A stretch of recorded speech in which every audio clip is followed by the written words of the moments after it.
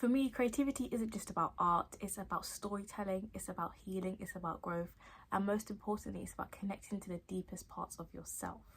I'm Kessie, your creative oracle. This is The Creative Calling, a space where I help you bring your ideas to life. I'll also be dropping some creative insights, some industry gems, and also telling my story along the way. And you're in luck today because this video is all about my creative journey, and I'm going to be sharing my story, the good, the bad, and the ugly. There are things that I'm going to be telling you. There's things that I want to tell you, but I may not be able to tell you because I don't want to get sued for defamation of character. But it's going to be a ride because as most creatives you'll meet, their stories are not straightforward. My story is not straightforward. I don't even know where to start this story, what age to start from. But let's see where it goes, see where it flows. So grab your cup of tea, grab your notebook, and let's get started with The Creative Calling Session 1. So welcome to The Creative Calling. I'm Kessie. And today we're going to talk about my creative journey. Titles that you need to know that I have: I'm a published author, I'm a scriptwriter, director, I'm also a graphic designer, I'm also an alumni of B3 Media where I'm studying immersive storytelling, that is XR, AI, VR, immersive gaming, everything like that. That's where I'm at right now with my storytelling and my visual storytelling. I also have a food business on the side called Bakes and Things, so I'm doing two big industries at the same time. That's a story for another day. Any other titles that I have? Not that I can remember. I think that's all for now. So let's get into my journey. Where did my creative journey start?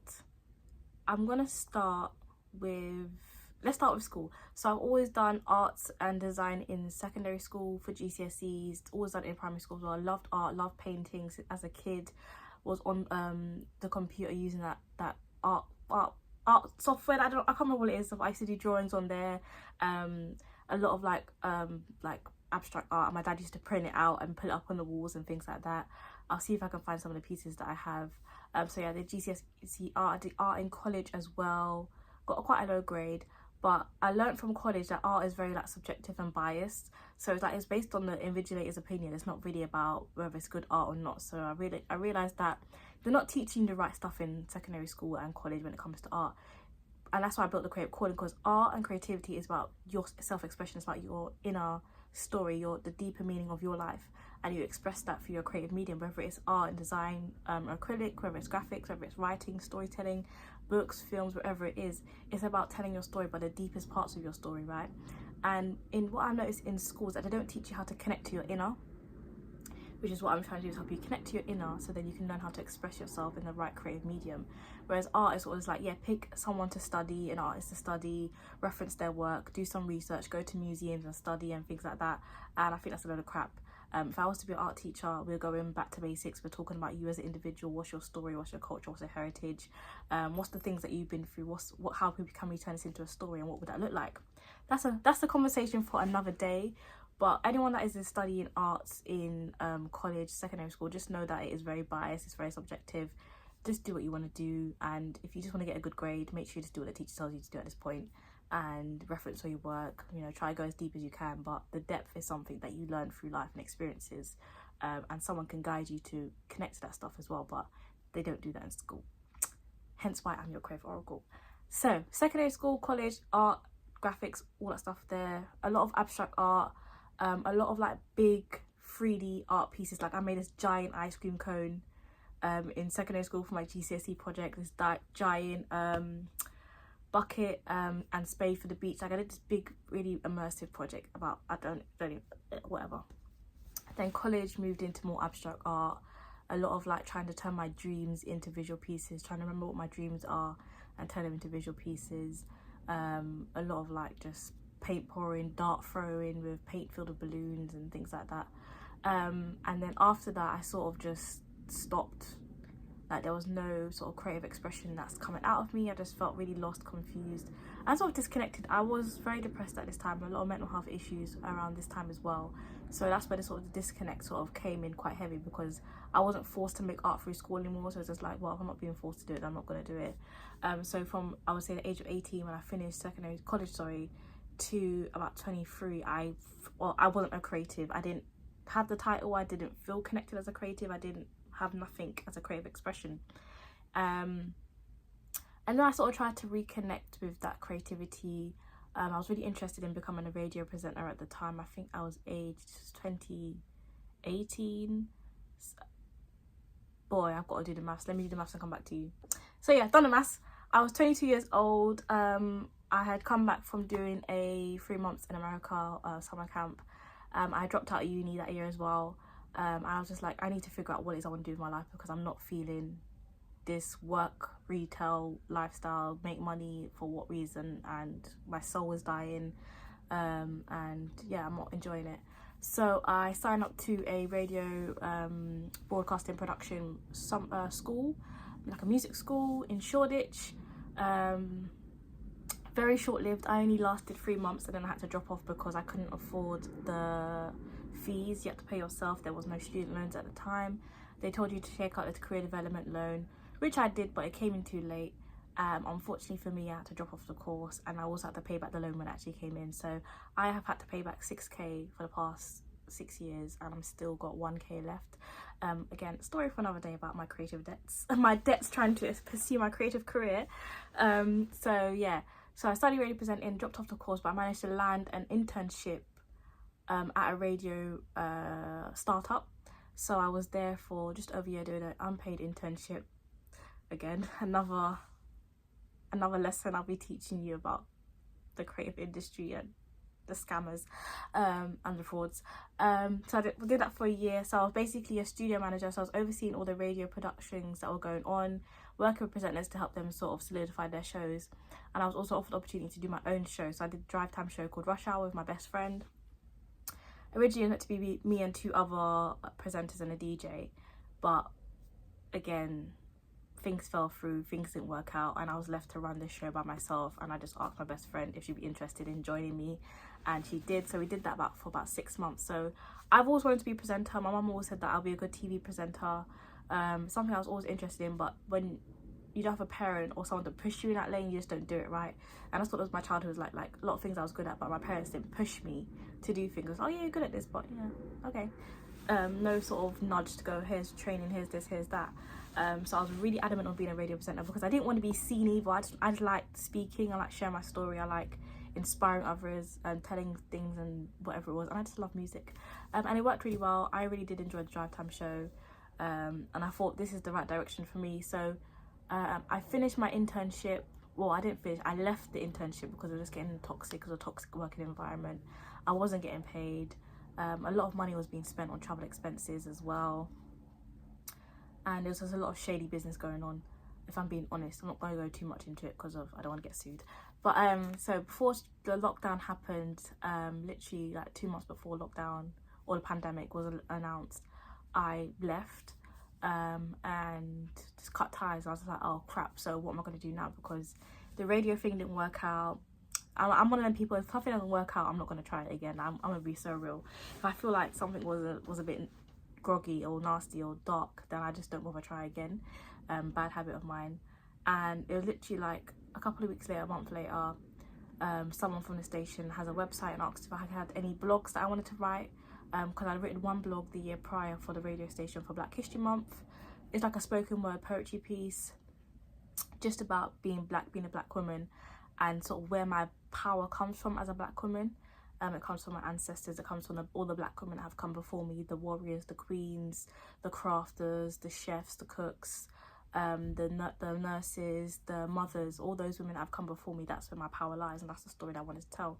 And through that blog, I realised that, hey, I'm actually a good writer, because I was getting a lot of good feedback. I was like, oh, maybe writing is the way forward. Considering I did writing English literature in college and got great grades in secondary school as well, it just makes sense. Didn't really think about it, and I was just like, yeah. And again, this is my story where I have no experience doing anything, but I just say yes and I figure it out. That is the story of my life as a creative. I have no experience in what I was doing and anything that I've done. I've just said yes, and I've just done research and figured it out.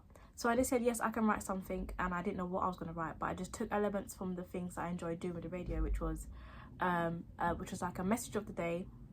So before I started the show, I also do a message of the day, what's the energies of the day. I also like talking about my own personal journey, my life story, and things I've been through in order to inspire and share wisdom. And then I also wanted to do sort of some mindfulness and tie it back to my roots and culture. So I had this conversation with my dad while we was eating some Thai food about this opportunity. And he was just like to me, well, why don't you look into doing something with African Proverbs? Because African Proverbs is something that, you know, you've grown up with. Caribbean Proverbs is something you've grown up with. So why don't you utilise African Proverbs as the sort of device that pieces it all together? It's something that's relatable. A lot of people understand African Proverbs or know of African Proverbs. And then I just basically ran with the idea. So the blog was basically taking African Proverbs and turning them into modern day life lessons.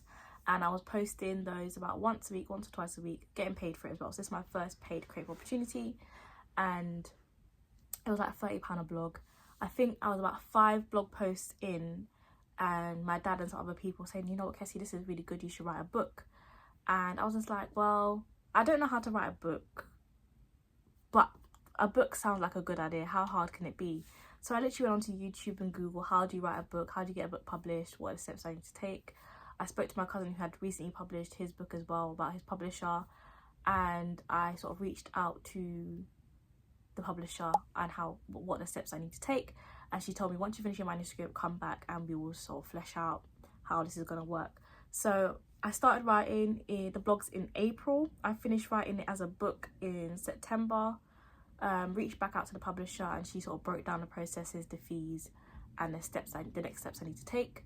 And then I had, bearing this in mind, I was still paying off this PCDL, career development loan debt. I also wasn't working. I left my job. Even though I had the internship, I was still working. I left my job in January because it was a Christmas temp job, and I refused to go back to work until I figured out. This is the key part of my story, which I forgot to say. The reason why I started writing the blogs is because I refused to go back to work until I figured out what I wanted to do as a creative career, or just as a career in general. I wanted to have my own tailored career. Fortunately for me, lockdown happened, so I didn't have to go back to work. And then I was able to write the blog, write the book, and get to where I am now. There's a lot of stuff missing from the story that I forgot to tell you. Like, the year prior, I had a massive mental health breakdown as well, because I was working in another retail space, and it was just so toxic, it was so dark, it was so draining. I was having panic attacks. I was severely depressed, I was anxious all the time, and I had to get the doctors to write me off. And then I left that job in August or September, and then was on a break, and then got another job for Christmas temp to get some money in. But all this ties into a lot of people's stories where they have this job that they're doing that they don't want to do. They're feeling anxious, they're feeling depressed, they're feeling down. It's because you're not feeling your creative energy, you're not feeling your creative expression, you're not feeling yourself, your spirit, your soul. So when I talk about creativity, I'm also talking about spirituality.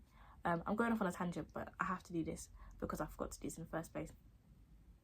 So for me, it was, I haven't connected to my creative soul, my creative spirit, my energy, because everything's been taken from me from this job, and it was just trickling down to the point where I was depressed, anxious, I needed to get written off.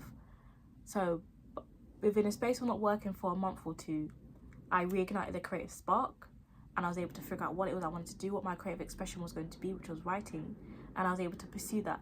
So within 6 to 8 months, I unlocked my creative spark, my creative insight. I followed it, and I published a manuscript. Do you understand what I'm trying to say? Is you need that time, that space, that period of time to just do nothing, where you can think and reignite that spark. And that's what I'm here to teach you. Anyway, I didn't have money to publish this book. I had £0 in my account. I had minus £1,800 in my account, student loan debts from university, plus this career development loan, plus just other money being spent on going to this internship and other things like that. So when I was told the price, I was panicking, like, oh crap, where am I going to get this money from? Thankfully for my tenacity, I was able to hustle, do some random side gigs to get some money in, use my benefits. I'm really honest, I used my benefits to pay for it as well, to put some money towards it. And my uncle and auntie gave me some money as well to put towards the last bit. Now, that's the positive side of that story. How there's another side to this story of where the money was meant to come from, and it didn't come into fruition because of miscommunication and a big argument and whatever. I'm not going to get into that because I don't want to be sued. That's 2 people that could potentially sue me, so I'm not trying to do it. So yes, so managed to get the money together. To save even more money, I designed the book cover by myself. So this is the book here, actually, A Guide to Life, African Proverbs Be Relevant Today. So I was able to design this myself. Got my brother who does graphic design. He's self-taught. I got him to teach me how to do graphic design for myself, so I can design my own front cover. This is like the second draft of the front cover. I'll show you the first draft as well. Diabolical, absolutely terrible, very basic. But I just said to myself, I know what I want on this front cover. I want hands, I want water, I want a plant. And what that symbolizes is your elders, your ancestors watering the next generation. And this is what this book is about, providing wisdom from one generation to another. So I am the young person here, but I'm also the elder because I'm also an oracle. And I channel messages from my elders, my ancestors, to the present times, to the present people. Hence why I'm your creative oracle, because the insights I'm providing you are not just from my journey, but from journeys that have come before me, and from people that can give you the insights that you need to survive, thrive, and be in tune with yourself. So where are we now? We are in 2021. My book has now been published, designed the front cover, it's been edited, and now I'm on the road selling my book at markets, black markets, cultural markets, selling my book. We're doing very well. It's in Waterstones, it's on Amazon, and I did this until 2022, until sort of the market dried up. No fault of my own, I just didn't have a budget for marketing, so marketing wasn't a part of my package. Therefore there's only so far I could go. I couldn't do the stalls all the time because it was starting to become a cash loss, you know, having to buy the books wholesale, then trying to sell them at a reasonable price. And this becomes draining after a while. Like once something starts to become draining, I tend to just switch off. And then I was just like, okay, Kessie, beginning of 2022, where can being a writer, being a published author take me next? Where can I get this money from? Respectfully. And I looked at copywriting, I looked at journalism, I looked at blogging again, and nothing was really calling to me until screenwriting came up. Now, my childhood passion has always been filmmaking. I've always wanted to work in the film industry as a child. I was considering acting. I was also considered directing and writing. The only reason I wouldn't do acting is because I don't want to say I'm shy, but I'm shy. Like, acting requires a depth that I'm not willing to tap into right now in my life. Like, I'm not willing to go there. I'm not willing to explore that.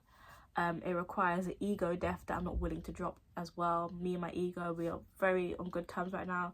And I'm not willing to upset my ego even more to become an actor. I'm gonna be so real. So I thought, you know what, I think screenwriting is the best journey for me, because as a storyteller, I've got it in the bag already, and I've got a lot of stories to tell. So as soon as I said I wanted to do screenwriting, it's like the universe heard me, God heard me, my ancestors heard me, said, yep, here you go, here's a free course, sign up to this. So I signed up to a free course of Iconic Steps, and I learned screenwriting for about, I think it was a month or so. We did in-person sessions, learned about screenwriting from the beginning, from scratch, to industry standard screenwriting, softwares to use. We crafted our own short stories and developed our practice. And we also had a project where we had to do a one-pager script for BBC Writers' Room to read. So I did my one-pager. I then had BBC Writers' Room read it at the end. They said it was really good. So that was the sort of the spark that I needed to say, hey, I'm actually a good writer. My facilitator also said that, you know, you're a great writer, you've got great potential. And that's what I needed to hear to get me to the next step. So I started writing, just crafting narratives and seeing where it could take me, still trying to develop the practice.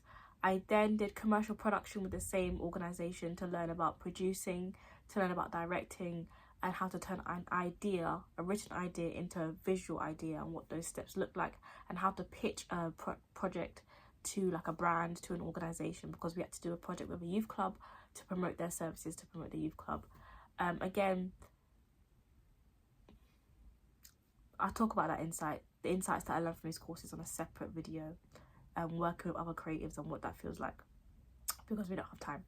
I then did the last course with them, which was Introduction to Directing, in December of the same year, and that was a 1-week course, I believe, where I learned how to be a director.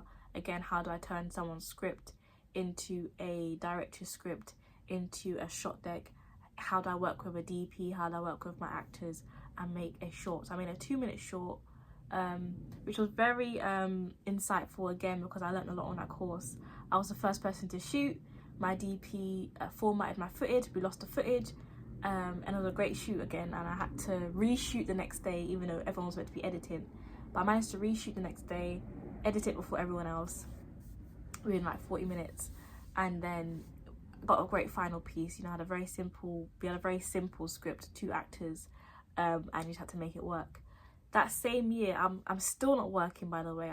There's no income. I'm just pursuing this creative passion. And because I'm unemployed as well, I was able to get onto these opportunities. Like, being unemployed can be useful because there's a lot of opportunities for unemployed people, a lot of schemes, a lot of accelerator programs in the creative industries that you can utilize. So me being me, I also did 2 other courses at the same time as that. I did level 2 counselling and mental health awareness, because again, they are free courses that you can just do. And I did it because I just knew that counselling, again, is something I've always wanted to do as part of my book as well. And I know it's going to be a useful skill on set to have, being aware of mental health issues, and also how to speak to people on a one-to-one setting, and how to sort of offer feedback, advice and support in that way. So everything I'm doing is very random, but it makes sense in a bigger picture when you're trying to be a writer-director in the film industry that is very toxic sometimes, and work with a lot of different people and a lot of different energies. These are all the qualities and skills that I have that will be useful. So November of that same year, which is now 2022, I managed to land a job at a youth organisation, and they needed a creative arc basically within the organisation. Although I came on as a mentor and a facilitator, I was able to help them bring that creative energy, that creative insight into their organisation, and help with like PowerPoint presentations, like simple things like graphics, PowerPoint presentations, creative storytelling, and help them develop their filmmaking programme, which I came to sort of bring it into a more structured place, develop scripts that they can utilise for their workshops, teach filmmaking, teach screenwriting, based off of all the things that I've learned, and then pass that knowledge on to the next generation, which is a great thing that I love to do anyway.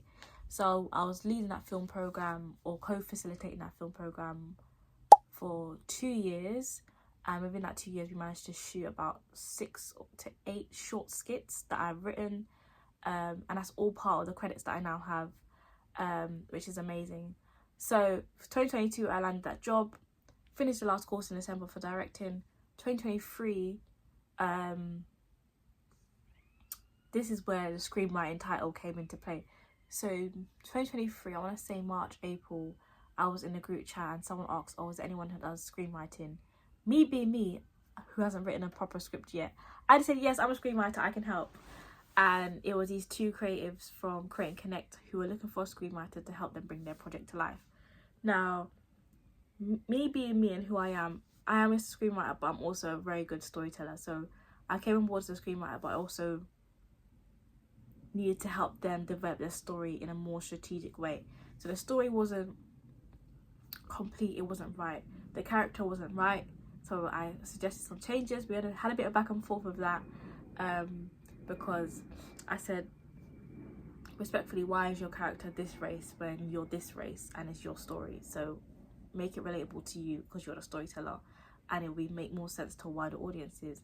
They were trying to do it this race to be more strategic, to, you know, get in more reach, but I was just like, it doesn't matter, it's not going to work because it doesn't make sense you being this race as a director, as a writer, and your character being this race. If you work with me, just know if something isn't right, I'm going to tell you respectfully, but it's for the betterment of your project. The amount of times I've had ego clashes with people because they don't want to listen or they don't understand the bigger picture. I get it, I understand it's your baby, but your baby's going to fall flat on its face if you don't take the advice I'm giving you. I'm not giving you advice based off of ego, I'm giving you advice based off experience and the knowledge that I have. And being a filmmaker, but also being a movie buff, I watch a lot of movies, I watch a lot of TV shows since I was a kid, so I know what works and what doesn't. So I pitched to them a different type of story, same skeleton, but I added in a new character to match the character that they had, to piece the story together. It's called Who You Don't Know. It's in my portfolio, it's on YouTube, you can check it out. I'm just a writer on the project, by the way, so I just wrote the script. I didn't really have any hand in anything else, just because I didn't have time. And the story is basically about a creative who's finished university, struggling to land a graduate job, and feels like the world is out to get him, and is in a bit of a creative rut, moody, angry, anxious, and has parents who are sort of getting onto his back, like, you need to start doing something, you know, focus on your job, get some money, we've let you go to university, so now it's time to be serious with life. He's got an older sister who's very supportive of him, always pushing him in the right direction, and forces him to go to a networking event where he meets a fellow creator, which is a new character that I created, who sort of gives him a kick up the bum, like, you say you want to be a director, you've got a camera, you've got a phone or whatever, go shoot something and then you're a director. It's that simple. And that's what he goes and does, reluctantly, but in the end he realises what that means. So that's my first writing credit as a short film writer. I then got asked in the same group chat, someone was just like, oh, is there a screenwriter in the group chat? Me thinking, oh yeah, I'm professional now. I was like, yeah, I'm a screenwriter. And this is where the documentary that I've done called The Power of Response comes into play. My show was looking for a scriptwriter for a documentary, and well, it was meant to be a short film at first. Put myself forward for it, and I didn't hear nothing back until 2024. In between that short film and the documentary call out, I wrote one short film for some young people, part of the same organisation I was working with a film program that we were co-delivering. So that was a horror called Seven Doors. I named it as well, so I shouldn't be forgetting. Called Seven Doors, and it's about anxiety, being chased by an anxiety monster, and having to go through 7 doors to escape. The 7 doors represent 7 chakras. So you have the fall from grace, which lands at your base chakra, and you have to work your way up to your crown chakra to escape your own head, basically. And that's basically what the story follows. A young boy in school who's battling anxiety that he's had since he was a kid, but you also look at his childhood trauma, where it stems from, why it is, because his parents have been in disagreement from conception. His conception, they've been in disagreement, they've been arguing, they've been fighting, and have never been seen eye to eye. And that anxiety has just been following him throughout his childhood and has manifested into this big monster that he now has to sort of battle and face. And you see the sort of journey that he goes through this movie. He has a supportive teacher along the way that actually cares for him and calls his parents in to have a word with them. But you just see the dynamics and understand why this young lad is depressed, has anxiety, and what it is all about. And then I got the call up for the documentary, and in between that I was writing short skits. Let's fast track to 2024. We then touched base with Maisha again for the documentary. So we decided it's going to be a documentary, not a short film. I've never written a documentary before. I never structured a documentary before, but I've watched a lot of documentaries, so I know what the structure of a documentary is. But at this point, ChatGPT was active in my life, so I was working with ChatGPT to make a skeleton of what a documentary could look like. I then created a Canva template of the storyboarding, of the order of the documentary, and gave that to the director producer to then turn it into what we see today. I then wrote the script for the reenactment scenes, helped with casting, and helped with production on set as well. So within the space of 4 years, I've gone from a published author, screenwriter for film, screenwriter for documentaries, as well as producing, directing, and teaching, facilitating in the same industry, and now building the creative calling, which has taken all that I've learned in the space of 4 years and turned it into this. Again, I know radio, I know podcasting, film, TV, arts and graphics, production across multiple organisations, XR, VR, AR, AI, immersive storytelling. So you can see all the industries that I'm in and where the experience is coming from. So that's my creative journey in a nutshell. I say in a nutshell, I know the video has been quite long, but that's just sort of the fast story, basically, bit by bit by bit. There's been a lot of struggles along the way, a lot of personal struggles, a lot of motivational struggles, a lot of struggles working with other people. Like, I've had my scripts taken and ruined, and it broke my heart, and it's taken me ages to not be spiteful or vengeful or seek revenge. I'm gonna be so real, I'm a spiteful person. So sorry.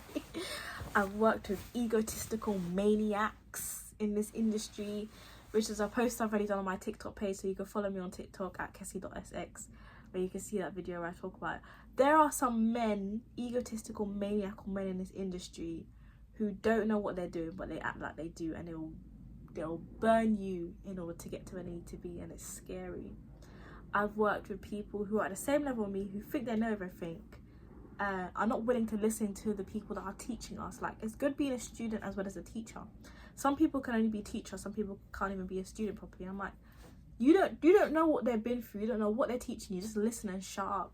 But some people don't have that capacity, they think they know everything, they're not willing to be a student, not willing to learn, and they will get stuck where they are, and you will excel if you're a great student. I've worked on sets that are just ill prepared, no food for the people them, no food, no refreshments. And my creative journey has really just been me deciding how I want it to go. So my insight for this video is, start how you mean to go on. You can determine how your creative journey goes. They'll tell you in the film, you got to be a runner, you got to work your way up from the bottom. I said, I'm not doing that. Respectfully, I said, I'm not doing it. I'm not being a runner. I don't want to be a runner. I've just come from retail. I've just come from 4, 5, 6, 7 years of working in retail. I've done my running. Yeah, that's running right there. I don't need to do it again. I'm not giving people no coffees. I'm not going to be spoken to in any type of way. I'm not working at the bottom. There are so many doors and ways to get into this industry. You just have to have the tenacity and the audacity to open a door or create a door for yourself. So I created a door for myself. I said, I saw all the ways I could get this industry, the front doorway, and I said, you know what, there must be some back doors. And I'm telling you, there are so many back doors that you could take to get into this industry. You just got to be willing to try and fail and try it again. And again, failing isn't failing, it's just an L, it's a lesson. You learn from it, you move on. If you're really serious about this, don't give up. Again, if you have a camera, if you have a phone, if you have a tripod, you can go film something. You're a filmmaker. If you're a writer, you've got a laptop, you've got a notepad, you can write something. You're a screenwriter. It's that simple. Take the credit, and as soon as you get your credit, run with it. Like my book, this book, yeah, has helped me get onto every single program that I've been on. Be taken serious as a writer as well. For some reason, you know, you have to have some sort of portfolio or visual, physical thing of your work. So that's what that has been. That's my visual representation of me as a writer. You can't fault a book. You cannot discredit a book. And it also showcases my ability to finish a project. I could do something, I could finish it, and see something to the end. So take what you can from this video. I'll be dropping some more creative insights and knowledge of the industry throughout these sessions, throughout these workshops. This is my creative journey in a nutshell. Is anything more you would like to know, please drop it in the comment section. And I'll try to share as much as I can remember, because I've been through a lot. There's been so much drama on this creative journey, but there's been so much fun stuff as well. So I'll try my best to share that, as well as share the projects in more detail as well, and the back end of how this project came into fruition. Yeah, I'm Kessie, your creative oracle. This is the Creative Calling, a space where I help you bring your ideas to life. This is my creative journey so far.